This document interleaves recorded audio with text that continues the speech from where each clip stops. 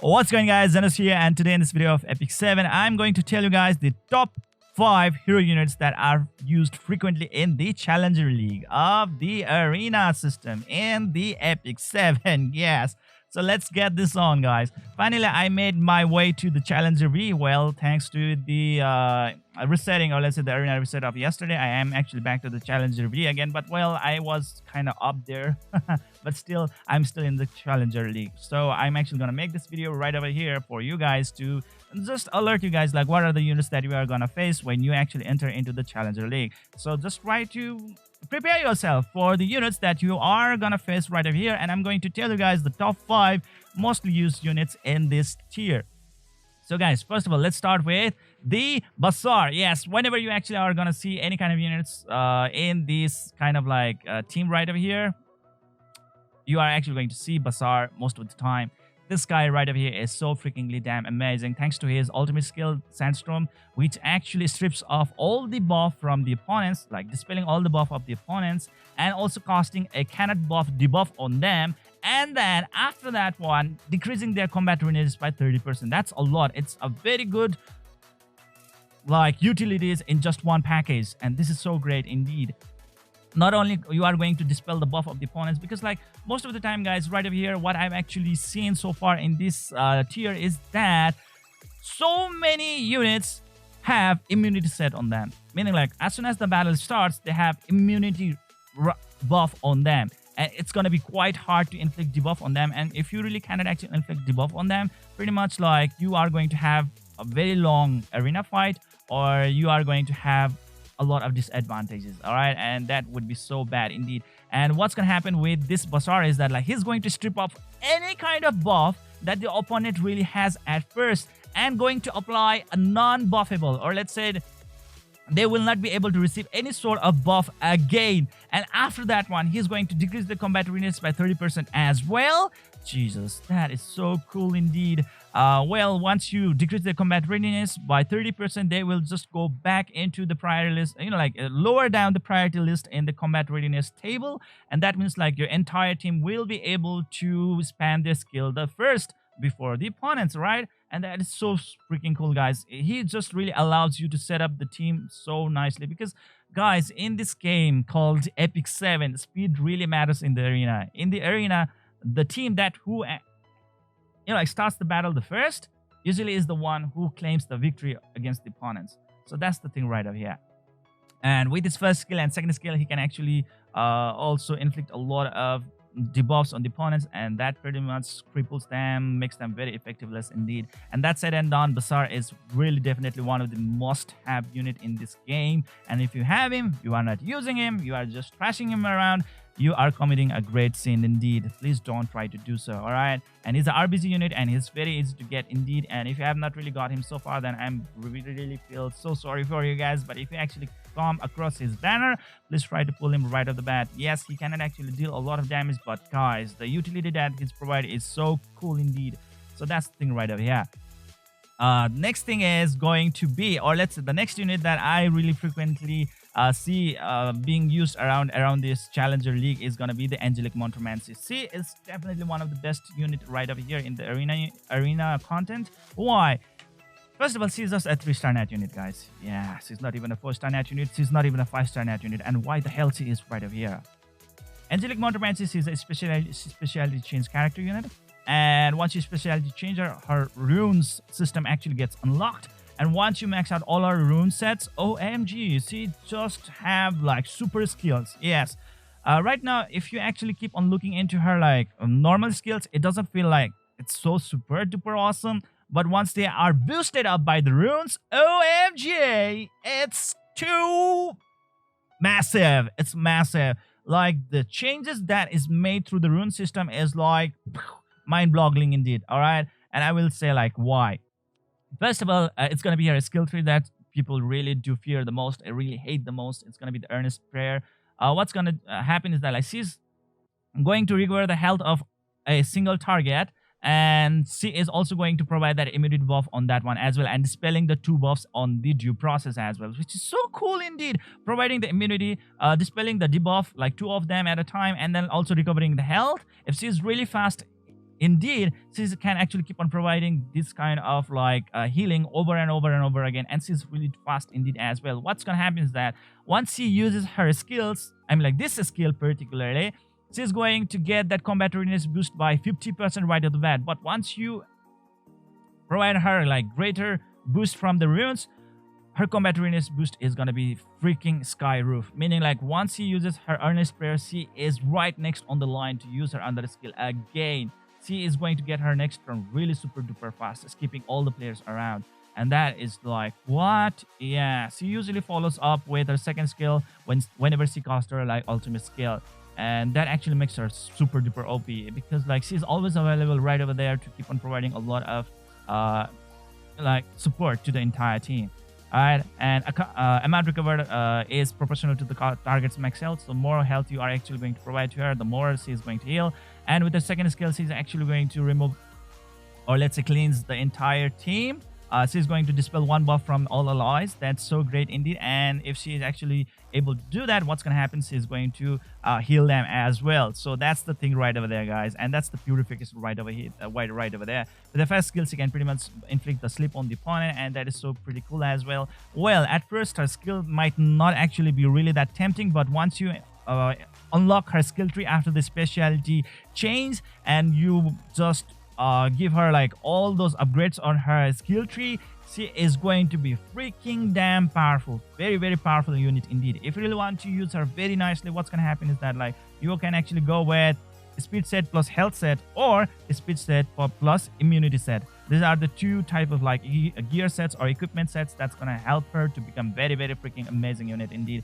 She's damn freaking fast, and she has very high effect resistance inbuilt on her. That means like it will be really hard to inflict any kind of like debuff against her, and that means her effectivity is always going to be at top notch. And that's the Angelic Montmorancy right over there. Oh my god, just try to face a battle against her in the Challenger V, and you will actually start to realize what I'm actually trying to say. She actually is very, very irritating unit indeed, and I really don't like to fight against her in the Challenger League. The next unit is obviously going to be Seaside Bellona, the SSB, the classical SSB, guys. Like, what? Yeah, oh my god, this unit is like, she's everywhere, freaking everywhere, okay? If you have this unit and you are still not using her, you are actually committing a great sin, right? So that's the thing right there. Hello, beauty. What's up? Okay, so right over there, guys, Seaside Bellona. Well, she is definitely known for her countering skills. This second skill of her, whenever that focus gaze keeps on filling up, she is actually going to spam her second skill right off the bat. As long as the AoE or clean damage keeps on coming on her way, she can do this all day, all right? And this is so cool indeed. This is the thing that people really fears a lot. And if you have a really well built Seaside Bellona, oh my god, damn, oh damn, the damage that she actually deals with this one is humongous. And usually if you face a fight against the cleave units, what's going to happen, or cleave team, what's going to happen is that like you are going to start, or let's say you are going to already blast out your second skill right off the bat. That means like there's going to be a chance that you are going to decrease their defense as well. And when you are going to wrap it up with this third skill, it's pretty much a game over. All right, our third skill is pretty much a very good nuke indeed, an AoE nuke that pretty much deals a very good damage to the opponents, and also at the same time cast these two debuff on the opponents, cannot buff and unhealable. Especially for the units like KARIN, if you really want him not to come back to life, what's gonna happen? What you can do is that like just try to inflict him this cannot buff. All right, this debuff on him, and once you land it on him, he's not going to come back anymore. All right, so yeah, you can actually say that Seaside Bellona is also one of the most really good frequently used countermeasures for KARIN as well, if you really are having a very hard time with him. And that's said and done, guys. She is so freakingly damn awesome. Whether for the arena offense or arena defense, she's always going to be really, really great. Just try to give her the attack set or destruction set plus the crit set or the immunity set. And that would really give her very amazing reliability on your team. And if you really want to counter the Seaside Bellona, like let's say, yes, you will find a lot of Seaside Bellona in the arena defense team in the Epic 7, right? So how are you actually going to counter her? I would say, guys, just try to bring Rowana. Have you guys really pulled Rowana, who was just out there a few days ago or a few weeks ago? If you have not, then that would have been that is so sad indeed. That is really sad. But if you have really pulled Rowana, things are gonna go really on your way, because her second skill is actually going to heal the team of Rowana. Yes, the Rowana actually heals the entire team whenever any kind of like extra attack, counter attack, revenge attack, whatever that kind of like dual attack actually comes through your way. She pretty much heals the entire team. And this thing right over here is an AoE skill, and this one right over here actually provides a very great heal if the Rowana is there in the opponent team. So that's the thing right over there, guys. All right, so please try to have Rowana and try to use Rowana if you really want to fight against the Seaside Bellona in a very chill way. All right, because like whenever she is going to blast out her second skill, that means she, you know, the healing is on the way. All right, yes, she's going to deal some really good damage at first, but the heal that is going to get provided to you guys thanks to Rowana is going to be so great that it recovers all the damage dealt, plus it will also recover some of the extra health as well. And that's the Rowana for you guys. All right, how about the next unit? I would say that would be Charles. Yes, Charles is like everywhere, freaking everywhere. Everybody love this guy, this butler. All right, this Batman butler is right over here. Man, this guy, this is so cool. All right, first of all, guys, whenever you see his attack animation, you know, his ultimate animation, it is so cool, isn't it? I mean, like, hey, come on, guys, who would actually deny his ultimate skill? It's freaking damn amazing. I just love it. It's an AoE attack skill, and he can actually deal some really good damage. Plus, at the same time, if you really build him up really nice, oh my god, the damage that you are gonna see is gonna be insane. But he's not here especially for his third skill. What is he here for then?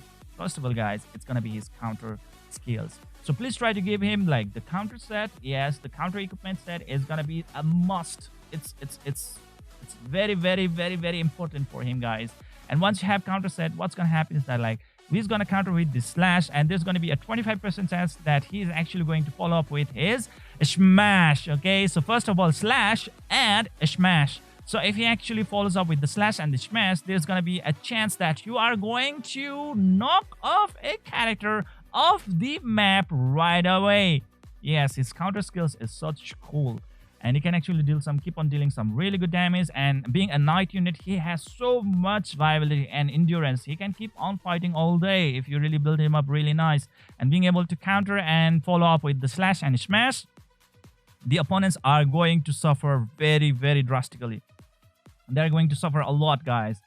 So that's it and done. Like, how would you love to like counter the Charles? I would say try to have like the teams that would or let's say that are really good at inflicting debuffs on him. Like, let's say Dizzy. Yes, if you have Dizzy on your team and you just applied a lot of like debuffs on him, even though he counters, the damage that he's actually going to deal is not going to be that really amazing. Okay, it just feels like, oh my god, are you tickling me?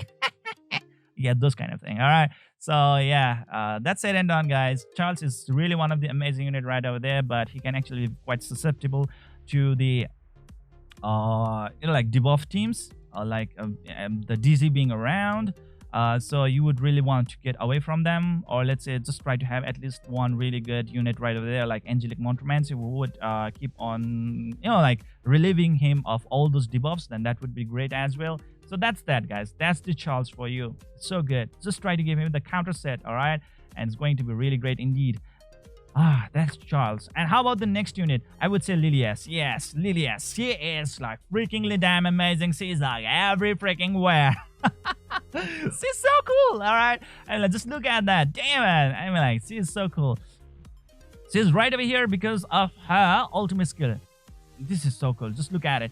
What's going to happen is that, like, she's going to decrease the combat readiness of the opponents by up to 25%. Like AoE attack, 25%. She's going to copy the attack stat of the ally with the highest attack stat, and she will use that stat to deal the damage with her skill tree. How convenient, isn't it? And the damage she's going to deal is going to be so amazing. As being a knight unit and to deal a really humongous damage, this is mind-boggling indeed. So that's the thing right over there. And guess what, guys? Before doing everything, she's going to dispel all the debuff from the ally. She's a very good cleanser indeed. So if she is going to like start the battle, or she's going to start later on, it's even much better, because like once the turn starts, she is going to dispel all those debuff from every one of you, even though like how much the opponent has been doing so far. Like let's say the opponent has DZ and she has been inflicting a lot of debuff on you guys, right? And before you want to actually start dealing a lot of damage, you would want to make sure that none of your allies are on the debuffed stage, or let's say they really don't have any kind of negative status effects. What's gonna happen? She is gonna be right over there to dispel all the debuff. First thing, and she is going to decrease the combat readiness of everyone by 25%, which obviously will allow your teammates to have higher priority in the combat readiness table, and this is going to really give you a greater boost against your opponents, right? And she is going to get a combat readiness boost of 50% right off the bat. That means she is going to follow up with her another skill right away as soon as possible. She's going to get her next turn really fast. And that's the thing right over here, which actually makes her so cool indeed. Being able to cleanse every allies right out there, so cool. Decreasing the combat readiness of everyone, the opponents, so cool indeed. And getting the another, like, the combat readiness by 50%, a boost up right off the bat. That means like she's going to get next turn really fast. And guess what, guys? She's going to copy the attack stat of the highest attacking ally in the team, and she's going to use that stat to attack the opponent. And damn, our damage is so freaking cool. And that's it and done, guys. How about the second skill right over here, the defensive formation? Yes, she usually actually follows up with the second skill right off the bat. This actually provokes a opponent with 100% chance. Yes, 100% chance to provoke. Jesus, like what? Yeah, meaning like if you really provoke like that certain unit who might have a very good potential to deal some really good damage against your opponent, or that can be a very lethal opponent indeed, you can pretty much silence them out, like MLK or like many other units, right? Like ALBITER, VILDRED, like those kind of things.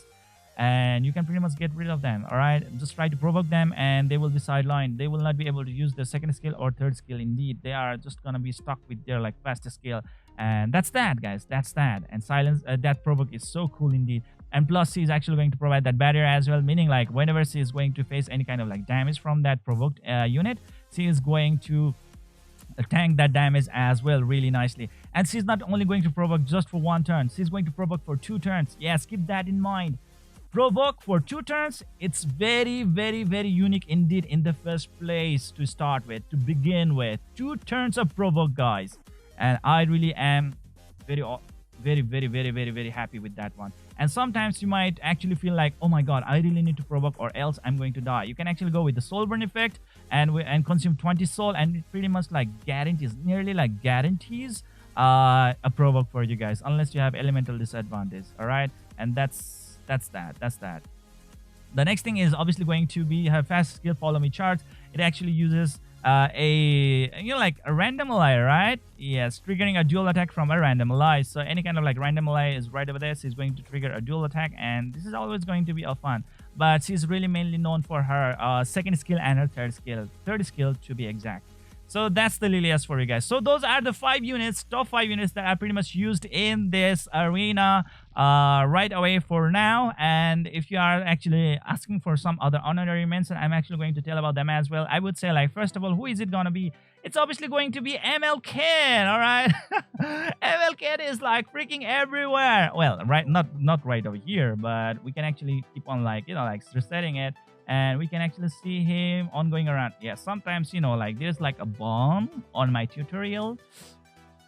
Units that I really want actually do not appear. But anyways, martial artist Ken, guys. I actually keep on seeing him frequently all the time around, guys. Why? Because, well, he's an ML unit for the first place. He's a 5-star ML unit. And he can keep on countering a lot as long as he faces the counter damage. Or the critical damage. It just keep on like countering a lot day and night, and the counter that he actually deals is so massive. He actually can deal a lot of damage to the opponents, and that is freakingly cool. So if you have martial artist Ken, then dude, thumbs up. All right. Let me know in the comment section below if you have ML Ken. It's freakingly damn amazing. There are so many tutorials right out there, like how you can actually build your ML Ken to be so freaking damn amazing. If you can do that, yes, you can actually one-man army with the martial artist Ken as well. Yes, he can actually do some really good damage, and he can always, beat the opponent right off their ass right away, right off the bat. That's it and done. Who would be the next unit? yes, he's one of the most frequently used unit, but why I'm not actually saying him in the top 5 is that like he's an ML unit and he's a 5-star net unit. All right, it's gonna be really hard for you guys to get him, even for me, even for everyone, right? So I'm just putting him in the honorary mention, but still he's one of the mostly frequently used unit, meaning like you have ML Ken and you are not gonna use him in the PvP battle. Like what the hell is that? That's not actually going to happen. All right. And the next thing is going to be the ALBITER VILDRED. Yes, now I just had ALBITER VILDRED, and why I really do not have right now. Yes, if you have ALBITER VILDRED, you spam him. That's that, guys. I mean, like, ALBITER VILDRED is gonna be like the top king notch. Okay, I mean, like, here's the damn kingpin of this arena content in this game. I mean, like, things are really centering around him. ALBITER VILDRED. I'm like, do I really need to actually say anything about him? Anyways, I will try to say it, alright? Because, like, what's gonna happen with the ALBITER VILDRED is that he has damn amazing skills, AoE skills that can deal some really good damage against opponents. And the best thing is that, like, whenever he dies, he revives automatically, and he's going to cost his ultimate skill right away. Yes, he's not going to wait for any extra turn. As soon as he revives, he's going to follow up with his ultimate skill right away, and that can actually hurt your ass out really bad. And usually with that attack, damn, it's game over. Yeah, usually it's game over. If you really want to counter ALBITER VILDRED, please try to bring a lot of like revive team, like let's say ML Chloe, or let's say Maid Chloe, or let's say Rowana, or you can go with like Sinful Angelica. Yeah, Sinful Angelica is gonna be quite helpful for you guys as well. So that's it and done, guys. ALBITER VILDRED, oh my god, he is the one undisputed king of this arena series. All right, and who would be the next thing? Yes, Fallen CECILIA. You are actually going to see her like everywhere. You have Fallen CECILIA and you are not going to use her in the arena team. It's not gonna be possible.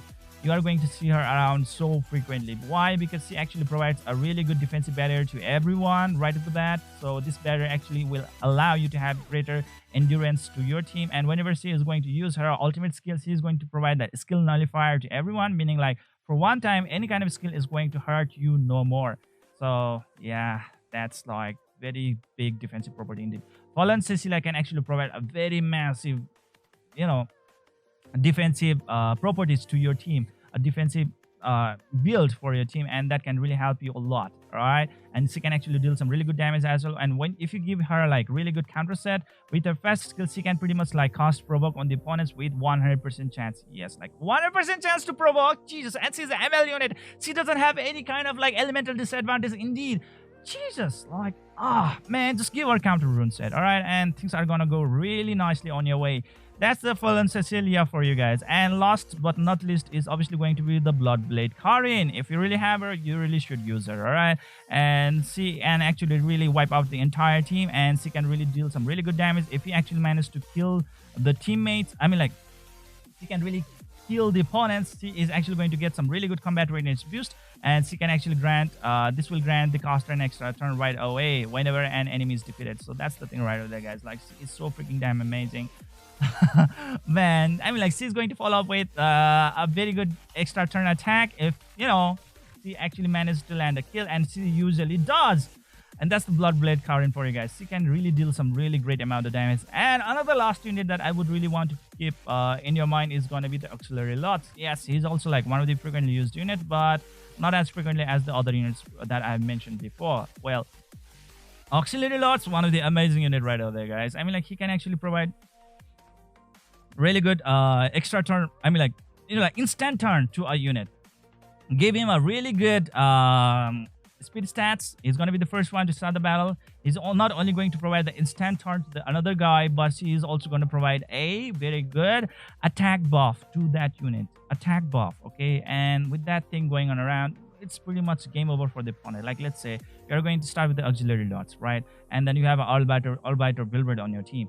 Just give him the another turn right away, the extra turn, and then what's going to happen is that, like, he's going to attack with his ultimate skill, and phew, the game is over.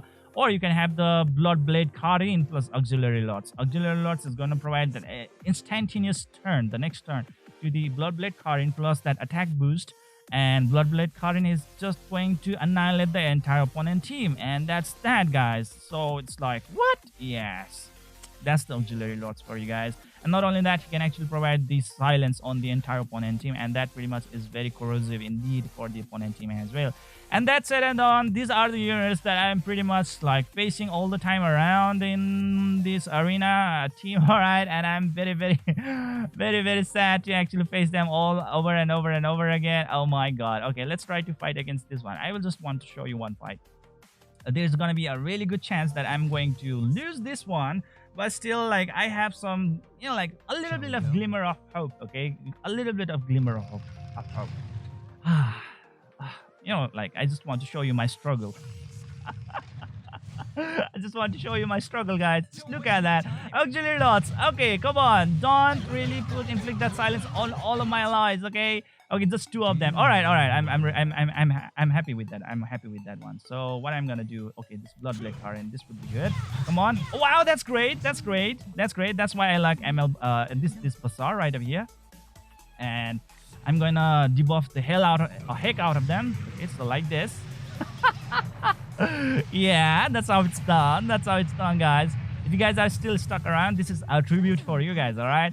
So right over there, this is how I'm actually going to follow with my DZ. She is going to just push them back really hard, and I'm actually going to cast this revive on every team of mine, so that, like, you know, even if I have to really face really bad damage from the opponent, I still can actually do some really good damage to them. Okay, so boom, right over there, yes. And she's going to attack like that, and she's going to face a really severe damage. Yeah, just like that. Oh my god. How come the Bloodblade KARIN really got that lifesteal? Oh, wow, she has lifesteal? Jesus, really? Wow. Really? Okay, so yeah, let's try to use the ultimate skill of the Basar, and I'm going to push them back. The only problem right over here is obviously going to be the ALBITER VILDRED. That's what I think. So yeah, thanks to the combat readiness team right over here that I have, I'm pretty much like pushing them back really nicely. Okay, please stun. Oh my god, no stun. Okay, one is dead, and I think the another one is going to die as well. Come on, please kill KARIN. No. Oh my. Okay. No problem at all. He's not going to kill because, like, I have really landed a lot of debuff on him thanks to my DZ, guys. So this is the time that I killed the Bloodblade KARIN. Okay, so there we go. Oh my god, I should have killed the ALBITER VILDRED. Shit.